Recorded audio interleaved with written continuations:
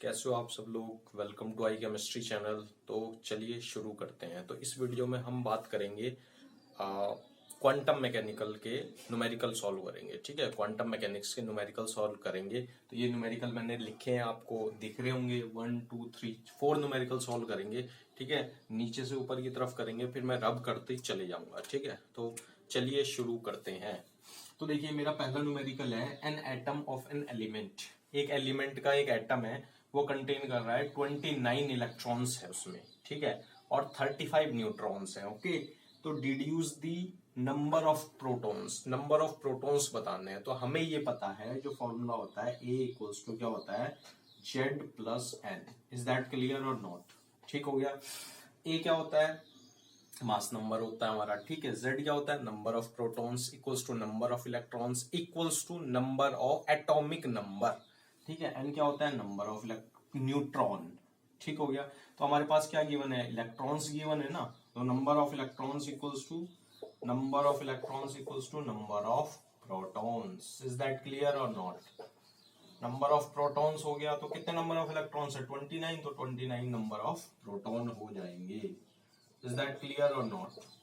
ठीक हो गया स्टूडेंट्स। तो ये पहला न्यूमेरिकल मेरा सॉल्व हो जाता है इसी के साथ। ओके, अब मैं इसको रब करता हूं। ठीक हो गया जी। तो ये हो गया, कर दिया मैंने रब। ठीक है, अब नेक्स्ट देखते हैं स्टूडेंट्स हम। नेक्स्ट है हमारा थर्ड है, give the number of electrons in the species H2 plus comma H2 and O2 plus. Okay, अब देखिए इनमें पहले मैं बात करता हूं H2 प्लस की। ठीक है, तो अब देखिए स्टूडेंट्स क्या होता है इसमें।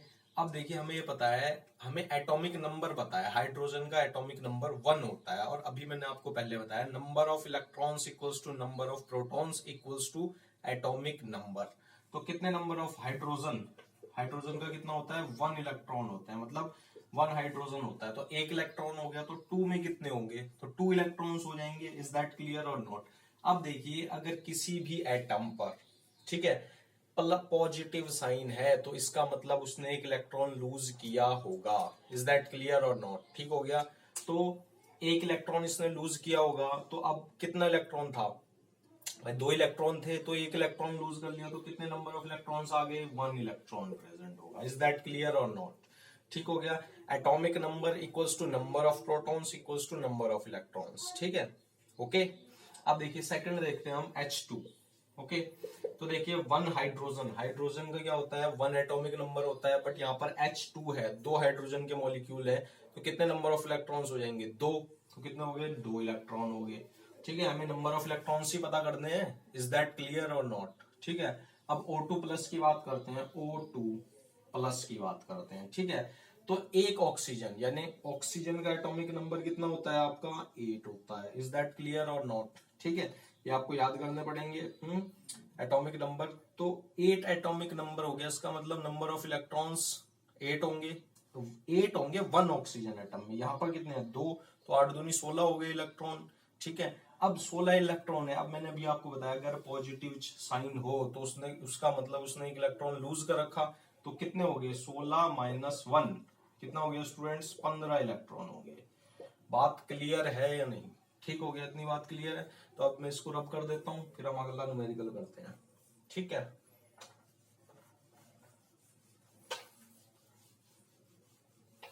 तो अब देखिए अगला न्यूमेरिकल है हमारा, हमें क्या बताना है, using SPDF notation. SPDF notation का यूज करना है हमें। Describe the orbital with the following quantum number. हमें एक ऑर्बिटल को डिस्क्राइब करना है, हमें ऑर्बिटल बताना है जिसमें ये क्वांटम नंबर है। पहला सॉल्व करते हैं हम, a equals to n equals to 1 और l इक्वल्स टू 0। अब देखिए n इक्वल्स टू, n क्या प्रिंसिपल क्वांटम नंबर, l 0 है, तो हमें ये पता है, ये हमें नहीं भूलना है। ये क्या हो गया, हमें l की वैल्यू देखिए, नोटेशन l की वैल्यू क्या होती है, l की वैल्यू है 0 1 2 3 4। ओके, यहाँ पर नोटेशन क्या है, ये आपको ध्यान रखना है स्टूडेंट्स। 0 किसके लिए होती है, s के लिए होती है, p के लिए 1 होती है, 1 किसके लिए होती है, p ऑर्बिटल के लिए, 2 किसके लिए होती है, d के लिए, 3 किसके लिए होती है, f के लिए। इतनी बात आपको ध्यान रखना है। ठीक है, अगर ये आपको याद है तो आप आराम से कर लोगे। इज दैट क्लियर और नॉट स्टूडेंट्स?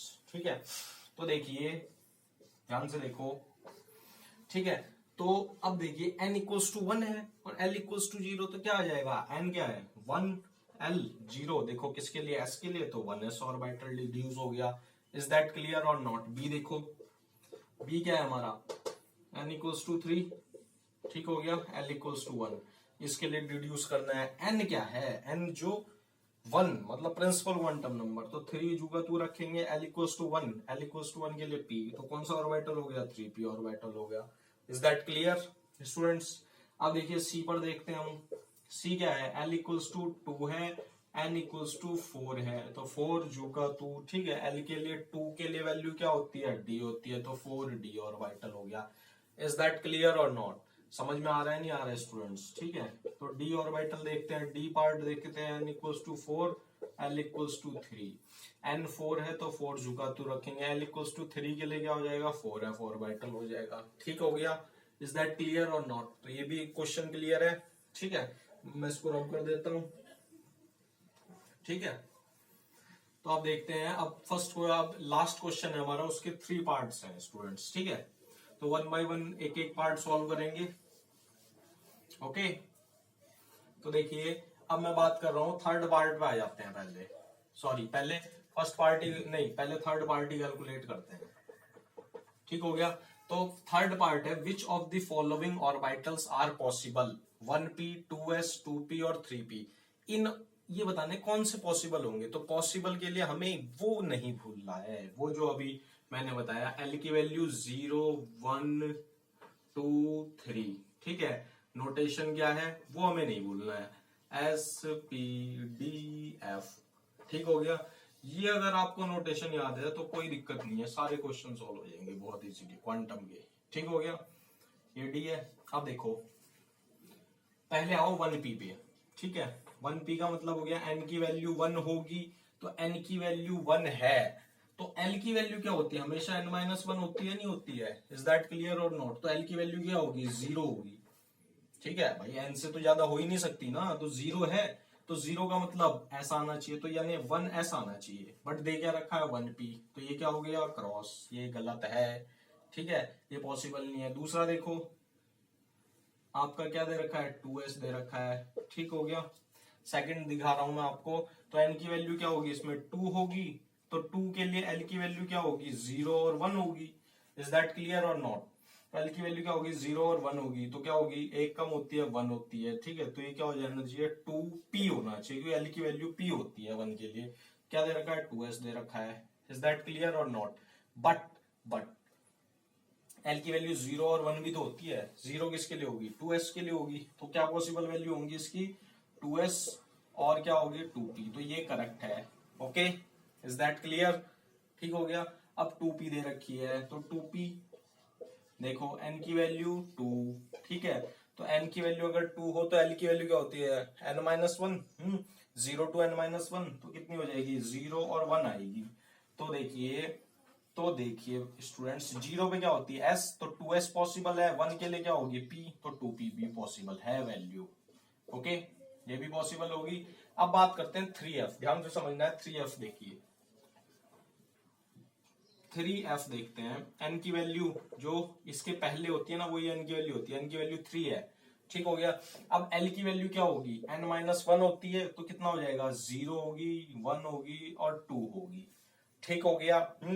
तो देखिए l 0 के लिए वैल्यू क्या है, s होगी, तो यानी 3s हो सकता है। 1 के लिए क्या होगी, l होगी, 1 के लिए क्या होगी, p, ठीक है, तो 3p भी पॉसिबल हो सकता है। 2 के लिए क्या होगी, d, तो 3d भी पॉसिबल हो सकता है, बट 3f पॉसिबल नहीं हो सकता, क्योंकि 3f के लिए आपको l की वैल्यू 3 लानी पड़ेगी, l की वैल्यू कितनी है, 2 है, मैक्सिमम ही 2 है, ठीक है, तो ये पॉसिबल नहीं है। तो इसमें से क्या क्या पॉसिबल है, ये पॉसिबल नहीं, पॉसिबल पॉसिबल पॉसिबल नहीं, ठीक हो गया स्टूडेंट्स। तो इसको रब करते हैं, अब इसका सेकंड पार्ट करते हैं, ठीक है। अब मैं इसको रब करने जा रहा हूं, ध्यान से समझते जाना स्टूडेंट्स, ठीक है। इसको मैंने रब करा, तो अब बताना है list the quantum number of electrons 3D के लिए। तो क्या दे रखा है, 3D के लिए हमें ml और l की वैल्यू फाइंड आउट करना है। 3D के लिए n इक्वल्स टू 3, ठीक है, l की वैल्यू क्या होगी, 0 1 2 होगी, ओके। इज दैट क्लियर और नॉट? क्योंकि n माइनस वन होती है, या हम सिंपली ऐसे लिख सकते हैं l की वैल्यू कितनी होगी 2 होगी। ml की वैल्यू फाइंड आउट करना, तो ml की वैल्यू का क्या फॉर्मूला होता है ml के लिए 2l प्लस 1 मैक्सिमम वैल्यू जो होती है, ठीक है। l की वैल्यू 2 रखेंगे, कितना हो जाएगा 2 दूनी 4 और 1 5, ml की वैल्यू क्या आएगी 5। तो 5 कौन कौन से होंगे, 5 ऑर्बिटल्स होते हैं d के, तो कौन कौन से होंगे -2। ऐसे बना दे सकते हैं हम 1 2 3 4 5, तो -2 -1 0 +1 +2। ओके, बात क्लियर है स्टूडेंट्स? तो ये भी हो गया हमारा। अब करते हैं फर्स्ट पार्ट। ओके, तो देखिए फर्स्ट पार्ट है हमारा, ध्यान से समझते जाना है आपको। फर्स्ट पार्ट में ये कह रहा है an atomic orbital has n equals to 3 value दे रहे, n की वैल्यू 3 है। What are the possible values of l and ml? ml की पॉसिबल मतलब अब सारी वैल्यूज आपको लेनी है, n इक्वल्स टू 3, ठीक है। तो l की वैल्यू क्या होगी 0 to n minus 1 0, 1, 2। Is that clear और नॉट? तो l की वैल्यू इतनी होगी, तो ml की वैल्यू, तो l इक्वल्स टू 0, ml निकाल लो। ml क्या होता है 2l प्लस 1।